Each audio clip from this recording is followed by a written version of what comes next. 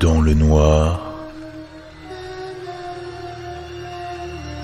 plongé dans l'horreur.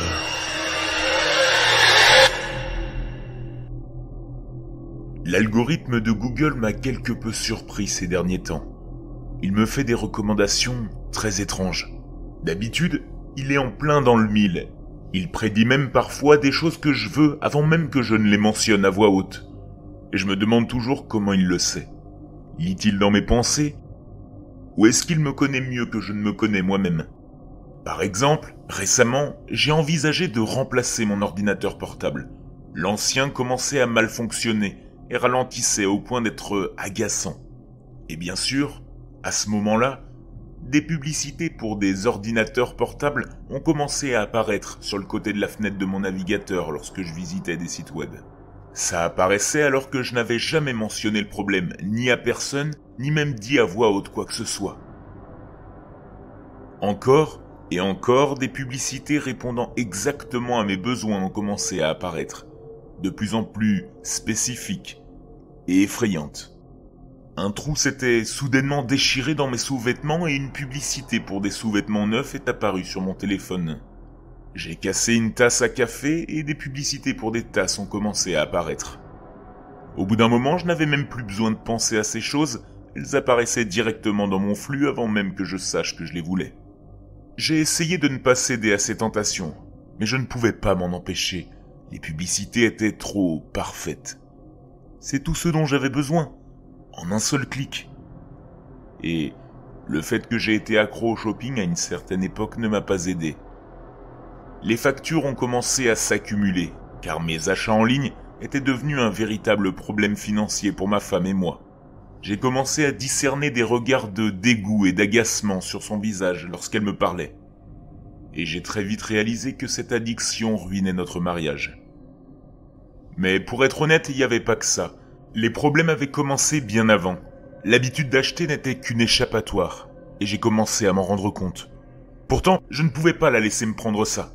Elle voulait couper ma carte de crédit, et je l'aimais compte. Mais je lui ai dit non. Puis, très vite, de nouvelles publicités ont commencé à apparaître lorsque je naviguais sur l'ordinateur portable. Des pubs pour des pelles, pour de la soude, pour des vêtements sombres et des lampes de poche, pour des bêches, des pioches et des graines pour l'herbe. Je me suis d'abord dit que c'était étrange, puisque nous ne vivions même pas dans une maison avec un jardin. Pourquoi faisait-il des recommandations aussi bizarres tout d'un coup? En regardant l'ordinateur portable de plus près, j'ai compris pourquoi l'algorithme se trompait soudainement dans mes désirs. Je n'étais plus synchronisé avec mon compte Google. L'ordinateur portable était connecté au profil de ma femme. Mais pourquoi aurait-elle voulu acheter ces articles? Acheter des produits de jardinage, ça n'a pas beaucoup de sens lorsqu'on n'a pas de jardin, ni même de cours. J'ai ouvert l'onglet historique pour voir ce qu'elle avait regardé. Et bizarrement, les dernières 24 heures étaient vierges. Ma femme était encore à l'épicerie. Alors, j'ai sorti les derniers relevés bancaires de sa carte bleue, submergé par le désir de découvrir la vérité, comme une démangeaison dans mon esprit que je ne pouvais m'empêcher de gratter.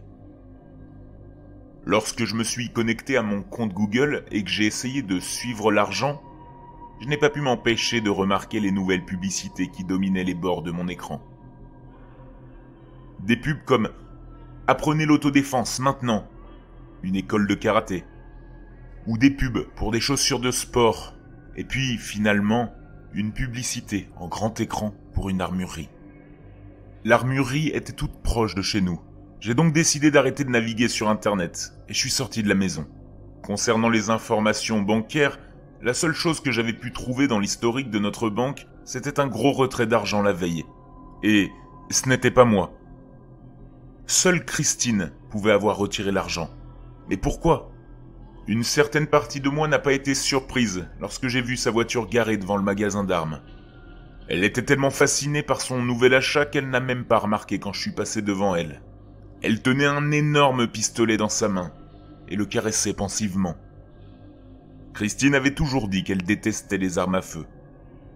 J'ai supposé qu'elle avait peut-être changé d'avis. J'ai conduit pendant un long moment après cela, plus effrayé que je ne l'avais jamais été dans ma vie, terrifié par la femme que j'avais épousée. Après quelques heures d'errement, mon téléphone a commencé à sonner. Je me suis garé sur l'accotement en gravier et j'ai sorti le téléphone Google de ma poche avec des mains tremblantes, fixant l'écran. C'était un appel vidéo de Christine. Elle se demandait manifestement où j'étais. En balayant l'écran vers le haut, j'ai vu son visage apparaître. En le voyant, j'ai eu l'impression de m'être trompé sur toute la ligne, comme si tout cela n'avait été qu'une grosse erreur. Elle ne pourrait jamais faire quelque chose pour me blesser. « Hé, où es-tu ? Tu conduis ?» Je lui ai posé cette question après avoir vu l'arrière-plan de son appel vidéo. Elle avait l'air d'être sur une route de campagne quelque part. « Oui, bien sûr, me répondit-elle, je me suis fait un sang d'encre pour toi. J'ai consulté les données GPS de ton téléphone parce que tu n'es pas rentré pour dîner. Où vas-tu ? » Bien sûr, j'avais oublié ça. Elle connaissait mes mots de passe et pouvait traquer mon téléphone. « Dis-lui de rester où il est », a dit une voix d'homme en arrière-plan. « Reste où tu es, je viens te chercher, ok ?»